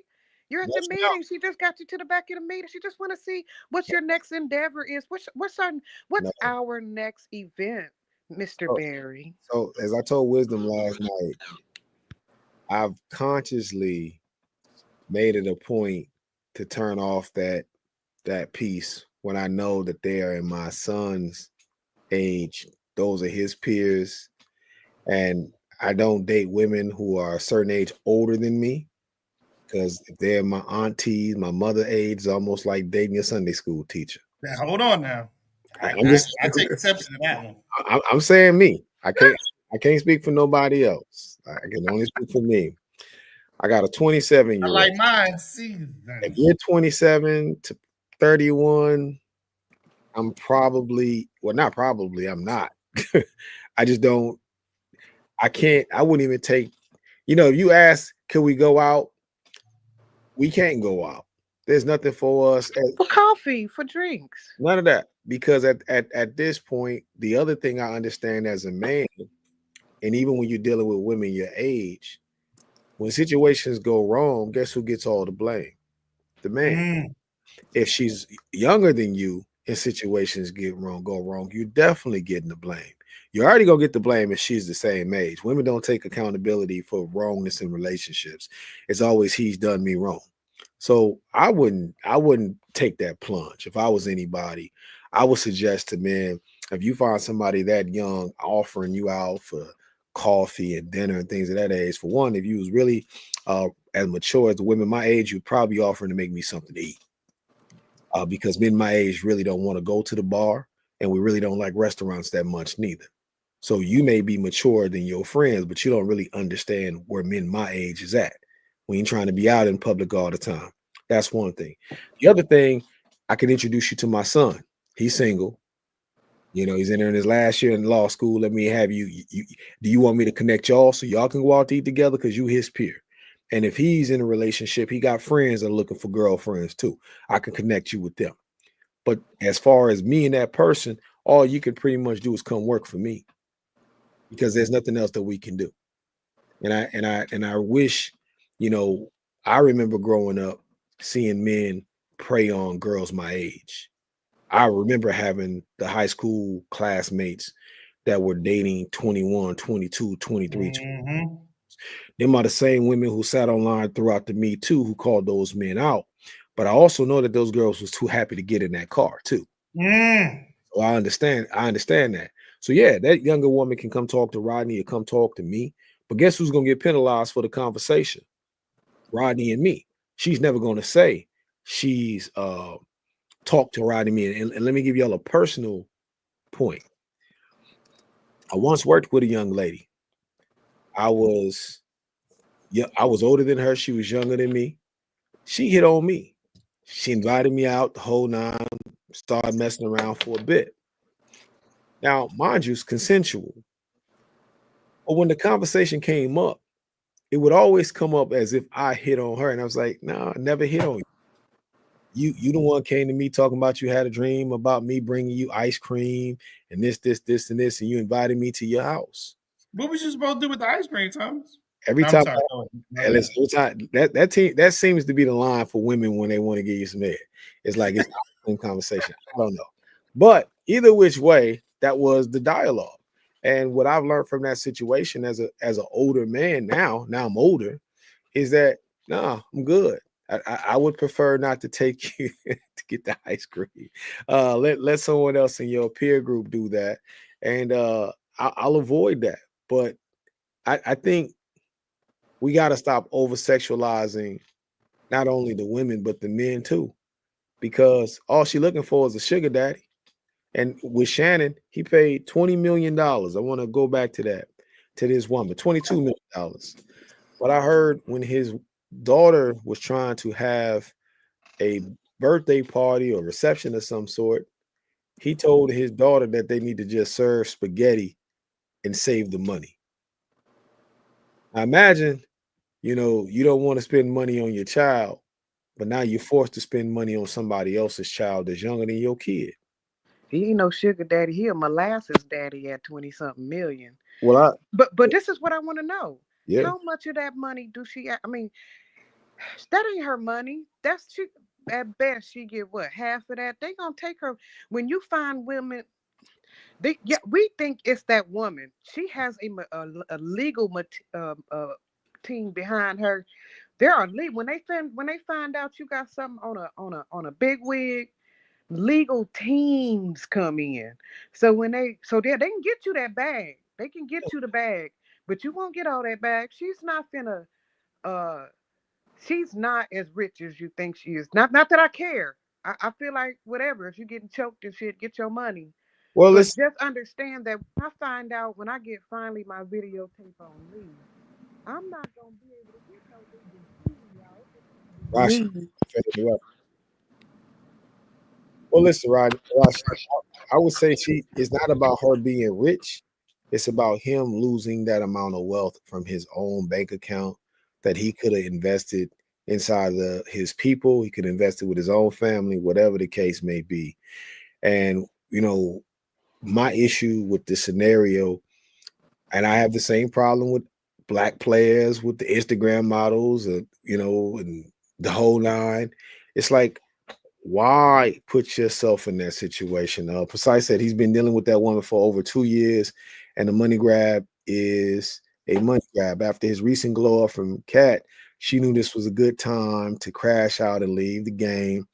Any age woman could have done the same. He wasn't going to marry her, so she could divorce and take half. So this was the next best move. Same as Puff. The rich guy won't give her kids or marriage, then sue for that bag. Well, that's why those rich guys have to learn how to play the game right. And you said I already knew what that ice cream was for. I knew what. So here's the thing. I knew what the ice cream was for. Let me find out on that. But I did not offer to take her to get ice cream. She said she had a dream about me bringing her ice cream. So she knew what she was talking about, but she didn't want to take ownership of what it is. And I would say part of the reason why I'm cautious on dealing with sisters and just women in general in this environment is that nobody is accountable for how they approach men. Women throw coochie at you all day long, and they all play stupid like they don't. Like that's why I just be like, listen, if you inbox me, I am not having a conversation with you about nothing because I already know where the conversation. Like y'all only speak when brothers say hi to you on the street. So for you to jump in somebody's inbox and start having conversations about bringing ice cream or asking all these crazy ass questions that y'all ask, it's like we know as men, but it's like it's like this funny thing now that nobody wants to be accountable for liking the opposite sex. And so we got these games, and let's be honest, even with Shannon, that chick's lawyer, he's the one that blew up the spot. Let's be real, it was a $10 million offer that was on the table. She could have walked away with $10 million for a settlement, which would have gave the lawyer less money or whatever the case. The lawyer told her not to take the settlement, to take it to court. She only got that amount of money, but you got to look at what she cost him. She cost him $100 million deal on top of the same 20 some odd million that she got is what he was getting at ESPN. So she cost him, let's say, $120 million based off of the lawyer, Tony Busby, trying to make a name for himself. And so that's the other side of it. But if these Negroes won't learn to control their penis, because I saw Shannon's daughter on when he lost a job with Skip. And I'm trying to figure out how could a man have such a beautiful daughter, black daughter? Like I'm looking at his daughter saying, like, how could you have her as a daughter, and this is what you're doing behind the scenes with somebody way younger than her, right? Like somebody's way younger than her, man. Your daughter's damn near 30, and you dealing with a 21-year-old? Like, how does that help? Who does sex play on the internet? That's what I want to know. How do you become so complacent with the caliber? Fine, she's young, and she didn't really have all that. She don't even have nothing in the back, bro. She didn't even have nothing back there for him. But now her actual job is to show her body on the internet. She's not like a med student on the side. She's not an actress who do OnlyFans to get her money up. Her job is that. So why are you letting yourself be bamboozled by someone who don't even have power?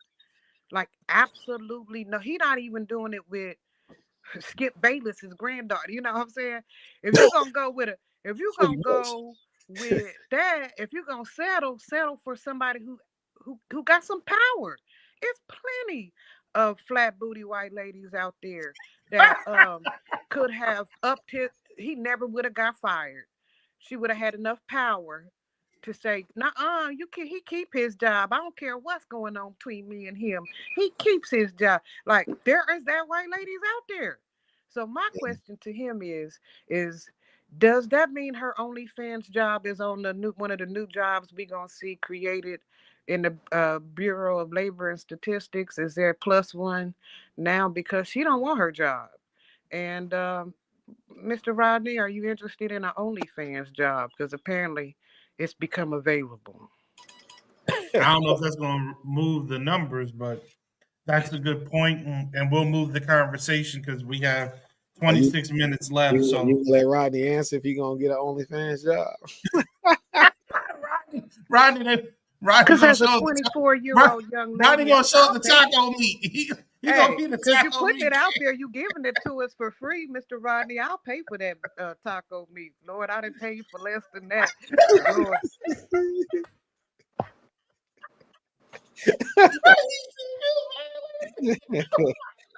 uh, So look, the the jobs report came out this. Oh my god, I can't. The jobs report came out this week, and it was bad. It was bad. That was there's no soft way of saying that. It was fucking horrible. Let's be real. So um early in the week, on the 30th of July, this was put on social media. GDP just surged to 3%, and the Trump economy has officially arrived. This was from Commerce Secretary Howard Lutnick. mm, Later on in the week, by the way, the there were new tariffs announced with over 65 countries plus the EU. Um, Most of these rates will not take effect until next week, I believe the 8th. You know that ball has been moved a gazillion times, so that's nothing new. I did speak earlier to there were certain ones that I wanted to speak on directly. As far as the 35% uh, tile, Canada and Serbia have been hit with a 35% tariff, 39% Switzerland. Now, besides chocolate, in whatever form it may come, and watches, I don't know what the hell we import from Switzerland in general, but hey, Switzerland's been hit with that. 40% Syria, Myanmar, and Laos have been hit with 40% tariffs. 25% tariffs have been tacked on to India, Moldova, Tunisia. mm. There's also an additional 40% tariff on transshipments. A transshipment is a shipment in which it moves from one mode of transportation to another before it arrives at its final destination. Oh, I I mean, don't trust ain't that any of almost these. I don't ain't that trust. almost everything? I mean, you fly it in, and then you take the trucks to take it to the store. You train it in, and then you take it from the train to the store, or you bring it to the docks. Then it go from the dock to the truck to the store. I mean, ain't almost all of it trans? Yeah, Uh, yeah. Yep. But as we know, this will probably none of this will probably take effect. We know that we've seen this before. He's rolled back things. The market obviously responded horribly. There are threats of a recession going on right now. People are calling for it. Stagflation is being thrown around right and left and right. If you are a consumer and not in the top 1%, you already know that things are much more expensive. Most of us here are consumers. Um, so again, I don't have a lot of faith in any of this actually coming to a head, but it was an ability to grab a headline. This is wagging the dog because Epstein is still haunting him and the party right now. This is red meat for them to chew on for a moment, to jump up and down about potentially changing their gaze in the moment. Additionally, something to potentially change the gaze. There was a Republican that put forward a bill that would issue rebate checks to all Americans from the tariffs. And I posted about that. I agree with you, Marlon. Epstein is not going away. I posted on that. Please do not take your eye off the prize. Do not get confused or conflate the fact that these folks are yet again waving a rebate check in your face. That's not going to change the fact that we are about to slam against the wall right before Christmas, right before the debt fight, because the debt fight is coming. The debt fight is coming in a couple of weeks, mind you, because remember, the federal government, their fiscal year ends at the end of September, beginning of October. So this debt fight is about to kick off, I would say, in another 2, maybe 3 weeks. But you're going to hear more and more about this fight coming in a very short period of time, where we have the numbers being tweaked for jobs. So May, the jobs report came out and initially stated that we gained 139,000 jobs. It has been updated to reflect that there were only 19,000 jobs. 19, 1-9, from 139 to 19. June, it was originally reported that was 147,000 jobs added to the economy. It has been also corrected to reflect that there were only 14, 4 created in the month of June. Now, the July job report came out, and it was only 73,000 jobs added to the economy in the month of July. Now, if you go from more than half of both of the others, basically, hell, 75%, to be honest with you, for all the others, let's take that 73 into thought and think of when this thing gets revised, it'll probably be 6,800. So I People remember Jerome Powell sitting there correcting him about a building that was built some time ago 5 years ago. and saying that wasn't a part of it and that the math was off. Yes. So now we're hearing that the jobs for numbers are off. By 258,000 jobs. But he's firing the lady for 2 weeks in a row. This wasn't just like Jerome Powell said this 2 years ago. This was just last week. Right. So we got 2 years in a row, 2 weeks in a row of him lying about numbers. And this goes back to the media. There should be a compilation here released of his greatest follies and lies. Mm-hmm. And they should just let it rip. Because the reality of it is this guy's a liar. And not only is he a liar, now we understand why his college was ran into the ground. Now he's had to file bankruptcy all the time because when they tell him that the business is not doing well, he's the guy that's ordering more expensive shit that don't matter. That's wrong. That's wrong. That's wrong. My numbers say that we're profitable. We're in the black. And they're saying, no, we're in the red. No, we're in the black. No, this guy is an egomaniac that's looking to tank everything.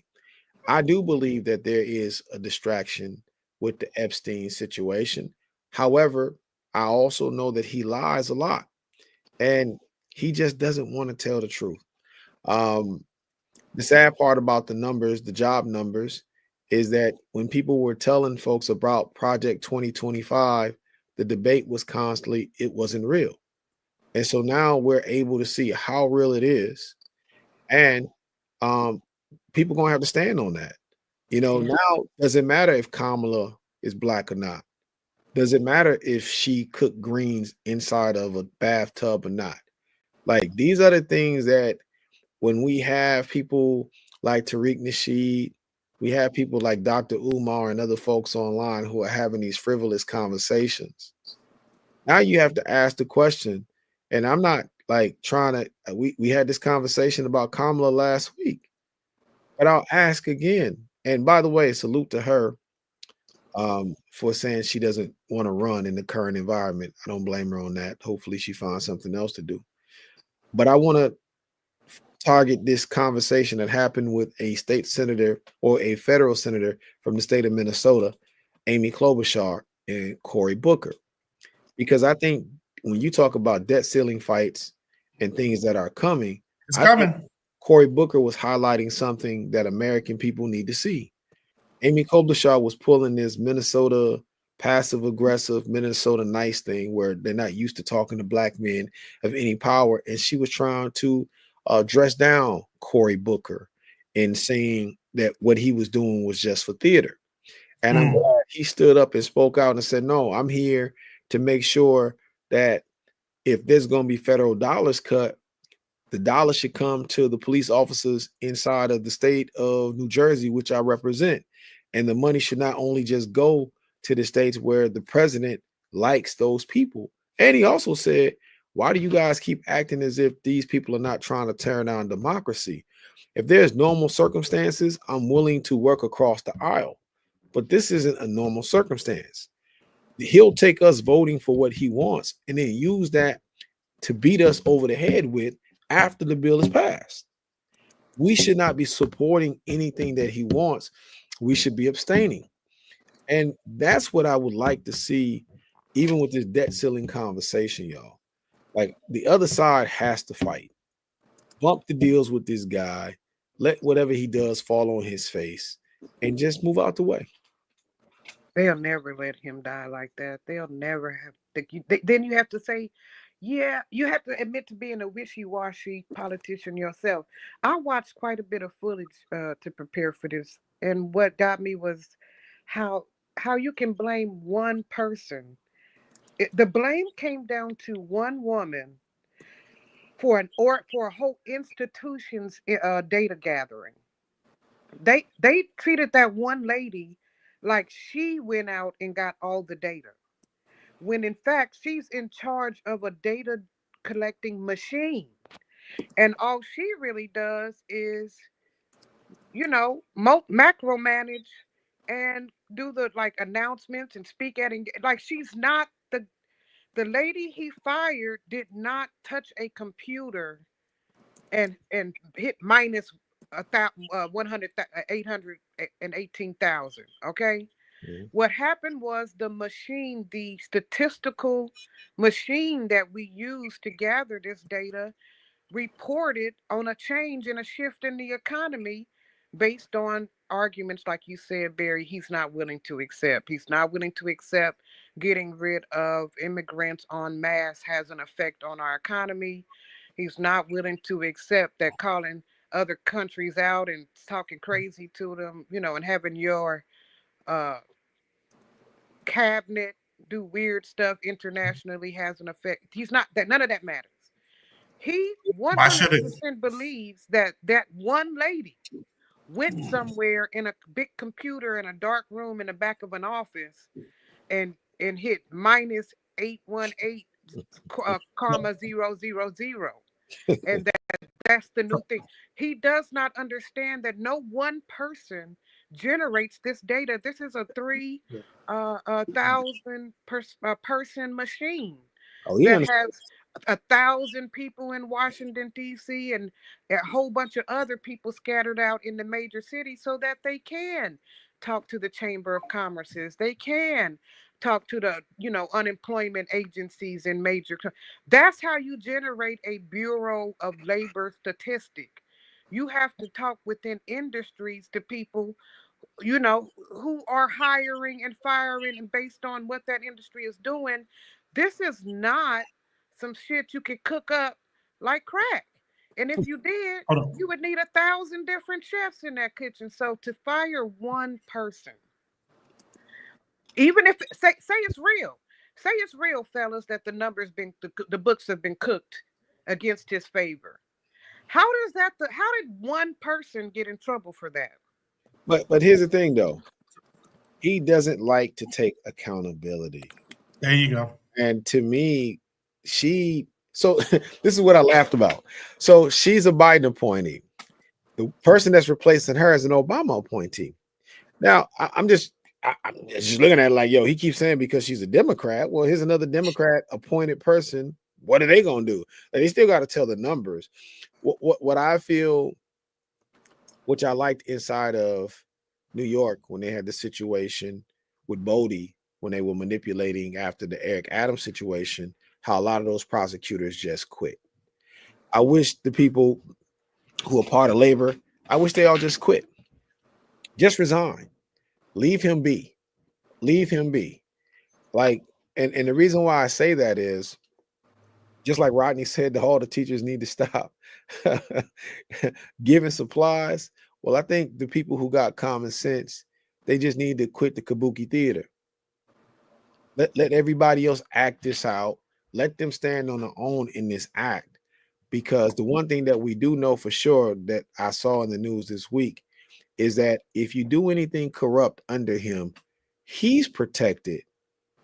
You are not. Say that again. And get out of the way and let them self-destruct, and then you clean their ass up on aisle 9 after the midterms. So the young lady, former commissioner Erica McInterfer, I think. Hopefully, I Yeah, pronounced her name it's properly. Yeah. hard. McIntyre. But Rodney's been cooking in the chat. Rodney, what you guys say? I think that Sometimes I just think we're looking at stuff that's too late. The guy told us that he was going to do this. There was He has history of doing this.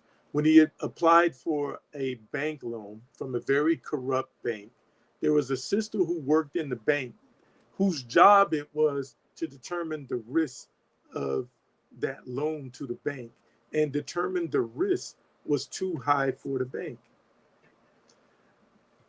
His loan was turned down. He complained. So what happened was, because he complained, the bank that was run by his former commerce secretary, which was a known, it's called the Bank of Cyprus, which is a known bank for Russian oligarchs, sent the other bank a note that they would cover it if he defaulted. And sure enough, he defaulted, and this bank covered it because they covered it on the behalf of Vladimir Putin and Russia.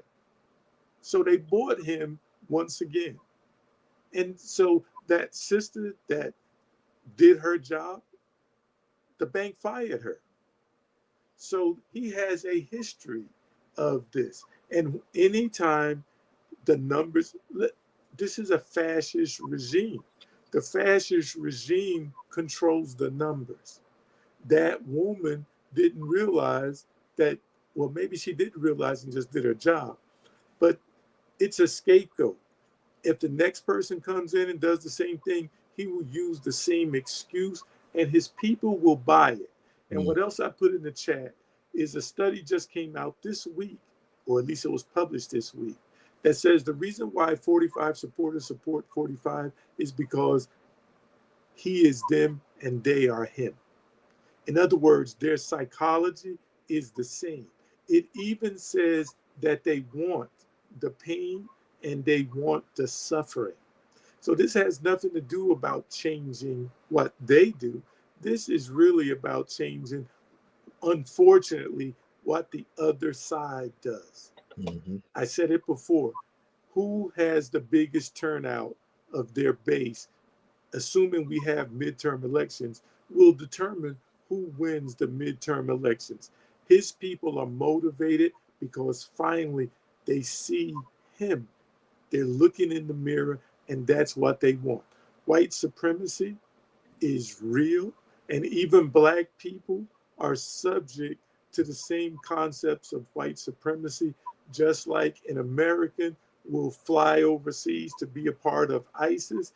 It's the same process that radicalizes someone who is in the West and goes to join a terrorist organization in the East, as it is for these white youngsters and white people in general to join the MAGA movement. It is a part of their psychology, and we have to understand it to proper deal with it. And once again, I will recommend that everyone watch The Following to understand how this works. There's something I wanted to add to that. The Following is interesting, but have you all seen the movie 88? Yep, I have. Wouldn't you say that that you know we're talking about the hand that the hands in the puppet, right? The hands inside of the puppet, and right now we're looking at an extremely puppeteered man. I do agree. He can be made to do anything, Barry, because he has malice in his heart already. But since we agree, is not intelligent enough to do all the dirt he in, we have to say that there has to be some malicious hands puppeteering, and we have to get at those puppeteers. We have to. Um, I'm gonna finish by saying, hey fellas, this is my last weekend free. As of now, I am now a ward of the government. Okay, I have been told what I can say, what I can't say. I have been told who can have what, meaning I can't have my phone out because the children can't have their phones. I no longer can have my phone. I have to put it up where it cannot be seen by a child because it's triggering, Thomas, to see my phone when they can't touch their phone. And so there's some new rules down the pipeline. I have to go call some other people before I can call the restorative justice teacher. Apparently, restorative justice has bias now. Okay. I also am a member of the teachers union. You So can't beat them kids. if one of them kids hit me and I catapult them into tomorrow, I now have representation where I might, be able to be back up in there like them perverts do when they be back up in the classroom. They'll shuffle a pervert around. The Department of Education shuffles perverts almost as bad as the Catholic Church does. So Or the federal justice system with their come on. sexual So offenders. I'm ready, fellas. I'm educated, newly trained, and as always, Mr. Rodney, because I told you this before, my mission in the struggle, there's this thing called the black struggle, fellas. And I chose my part in it, which was educating young minds. I will do my best to educate every, not every black mind, every single young mind that I possibly can with the idea of African centeredness in my heart, because I do believe that the African ideology of life it's the one that works the best. People try the other ways, they don't work. So that's what I'll be pushing. And so if you're asking what I'm on, you know what it is. I'm getting ready, I'm getting my knuckles hardened. So when I pop one of these, when I get ready to teach, when I point with passion and love for all these kids. Okay. I'm Okay. ready. I'm geared up. And if it means that y'all leaves me one of these Saturdays to a lesson plan or teachers conference, I'm gonna have to ask you to forgive me, but I'm in it to win it. And I'm not on the sidelines anymore. I'm actually a member, an honest member of the crew.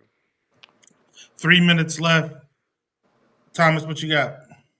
We have a food drop this week for Lando's Pantry on August 6th. If you are local, I'm looking for some volunteers on August 5th to help us unload a truck into another truck so we can wait so we can have a launch. So get up with me. Free food, free food, free food for the community from 10 a.m. until it's gone. Last time it went till 1. This time we're hoping to extend it a little bit longer because it felt bad seeing families saying that they weren't able to get food. But we're certainly looking for volunteers. So inbox me if you're watching this and you want to volunteer either on the 5th or the 6th. If you got some time from 7 a.m., especially fellas at 7 a.m. on the 5th and the 6th, hit me up because we want to get these trucks unloaded. We want to get these families fed. We want to make sure that we're looking out for those who can't afford to look out for themselves. That's what's up. Rodney, what you got? A question.